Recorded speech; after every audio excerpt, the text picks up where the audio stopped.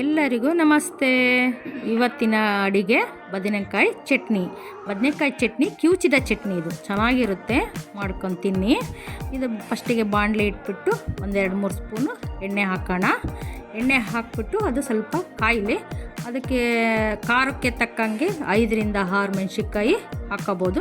ಸ್ವಲ್ಪ ಖಾರವಾಗಿದ್ದರೆ ಚೆನ್ನಾಗಿರುತ್ತೆ, ನೀವು ಅದಕ್ಕೆ ಜಾಸ್ತಿ ಬೇಕಾದರೂ ಹಾಕ್ಕೊಳ್ಳಿ. ನೋಡಿರಿ, ನಾನಿಲ್ಲಿ 5 ಮೆಣಸಿನ್ಕಾಯಿ ಹಾಕಿದ್ದೀನಿ. 5 ಮೆಣಸಿನ್ಕಾಯಿ, 2 ಟೊಮೊಟೊ ಹೆಚ್ಚು ಹಾಕ್ತಾಯಿದ್ದೀನಿ.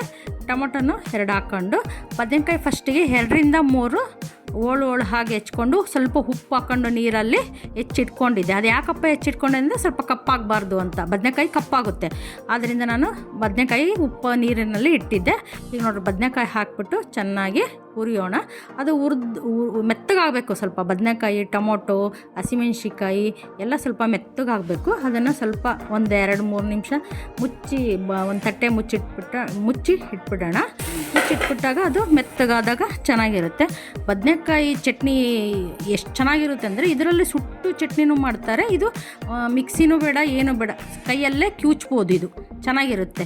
ಈಗ 1-1.5 ಅಷ್ಟು ಈರುಳ್ಳಿ ಹೆಚ್ಚಿಟ್ಕೊಂಡಿದ್ದೆ ನಾನು. 1-2-3 ಗೆಡ್ಡೆ ಬೆಳ್ಳುಳ್ಳಿನೂ ಸುಲಿದಿಟ್ಕೊಂಡಿದ್ದೆ. ಈಗ ನೋಡಿರಿ, ಈರುಳ್ಳಿನ ಹಾಕ್ತಿದ್ದೀನಿ, ಮತ್ತು ಬೆಳ್ಳುಳ್ಳಿನೂ ಸ್ವಲ್ಪ ಜಾಸ್ತಿ ಹಾಕಿದರೂ ಚೆನ್ನಾಗಿರುತ್ತೆ. ಹಾಕ್ಬಿಟ್ಟು ಸ್ವಲ್ಪ ಉಪ್ಪು ಹಾಕೋಣ.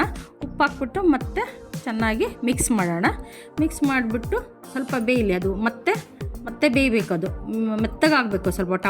ನೋಡಿರಿ, ಟೊಮೊಟೊ, ಬದನೆಕಾಯಿ, ಮೆಣಸಿನ್ಕಾಯಿ ಬೆಂದಷ್ಟು ನಾವು ಕೈಯಲ್ಲೆಲ್ಲ ಕಿವುಚೋದು, ಹಾಗಾಗಿ ಸ್ವಲ್ಪ ಬೆನ್ನಾಗಿ ಕಿವುಚಬೇಕು.